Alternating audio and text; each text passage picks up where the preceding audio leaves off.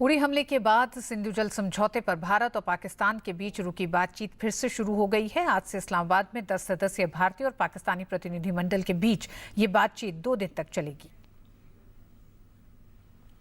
उड़ी हमले के बाद सिंधु जल समझौते पर भारत और पाकिस्तान के बीच टूटी बातचीत फिर शुरू हो गई है। सोमवार को स्थायी सिंधु आयोग की बैठक में भाग लेने के लिए 10 सदस्यीय भारतीय प्रतिनिधिमंडल इस्लामाबाद पहुंचा।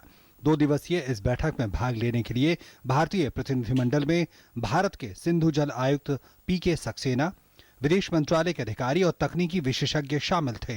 इस बीच भारत ने यह साफ किया है कि 57 साल पुरानी इस संधि के तहत भारत अपने उचित अधिकारों को लेकर कोई समझौता नहीं करेगा। दरअसल पाक की चिंता चिनाब और उसकी सहायक नदियों पर बनने वाली 3 विद्युत जल परियोजनाओं को लेकर है, जबकि सच ये है कि भारत अभी तक अपने हिस्से का पूरा पानी भी इस्तेमाल नहीं कर पाया है। दरअसल सिंधु नदी संधि को आधुनिक विश्व के इतिहास का सबसे उदार जल बंटवारा माना जाता है, जिसके तहत पाकिस्तान को 80% से ज्यादा पानी सालाना दिया जाता है।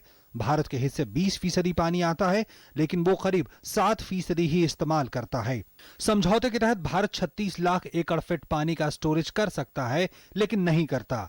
अब वो इस दिशा में काम कर रहा है। इसके अलावा भारत 4.5 लाख एकड़ जमीन की सिंचाई के लिए अतिरिक्त पानी ले सकता है। There are 3 different ways in which these issues can be resolved as per the treaty provisions.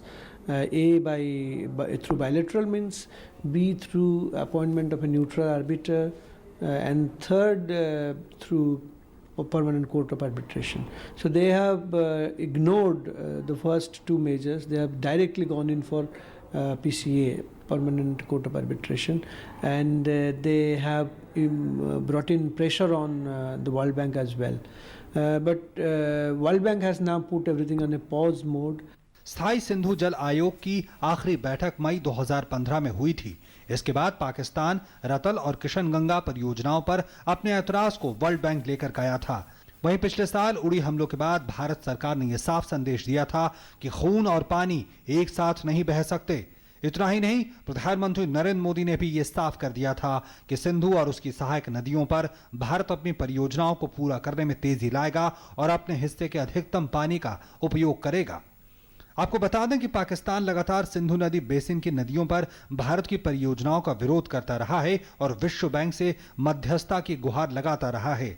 दरअसल नदी परियोजनाओं पर विवाद को दूर करने के लिए भारत और पाकिस्तान ने सिंधु जल आयोग बना रखा है। पाकिस्तान के लिए 1960 का सिंधु जल समझौता उसकी लाइफलाइन की तरह है। दरअसल सिंधु के तहत सतलुज, व्यास और रावी का अधिकतर पानी भारत के हिस्से में रखा गया, जबकि सिंधु, झेलम और चेनाब का अधिकतर पानी पाकिस्तान के हिस्से में गया था। सिंधु समझौता पाकिस्तान के लिए काफी मायने रखता है। सिंधु, झेलम और चेनाब पर कई पनबिजली परियोजनाएं चल रही हैं, जिससे पाकिस्तान को बिजली मिलती है। इसके अलावा इन तीनों नदियों से सिंचाई की भी व्यवस्था होती है। लेकिन अब देखना यह होगा कि मौजूदा हालात में दोनों देशों के बीच वार्ता के क्या परिणाम सामने आते हैं। News 9 desk, DD news.